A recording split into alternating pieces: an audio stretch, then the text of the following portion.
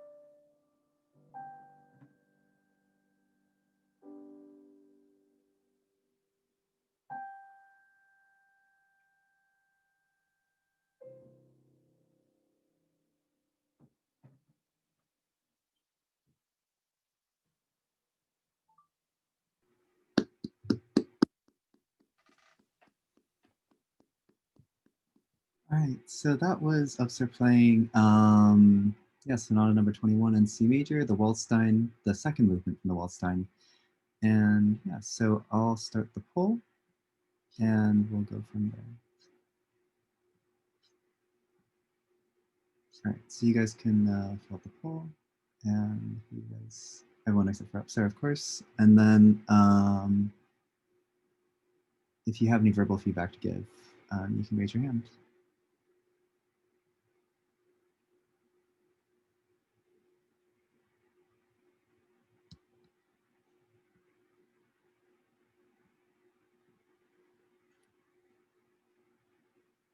All right. So does anyone have any verbal feedback to give before I go with the poll at all, or before I start calling on people? No? How about Isabella? Anything to say? Rad. I think your articulation was very good, and the dynamics were also very good, and uh, the phrasing. So I don't have much comments. It was just overall really good. Awesome. All right. And then Bella, if you have anything. I agree with Isabella, but I think you could move a little bit more since I noticed you were quite still. All right. Yeah. So in terms of the poll, yeah. All right. So in terms of the poll, sorry, I keep getting signed out of the Zoom session. All right. So in terms of the poll, in terms of dynamics, you got 2 votes for 4, and yeah, your dynamics were pretty good. I think you really expressed the very small subtleties, and it was very, very detailed in terms of how you express the dynamics overall, and I think that was really, really nice. So good job on that.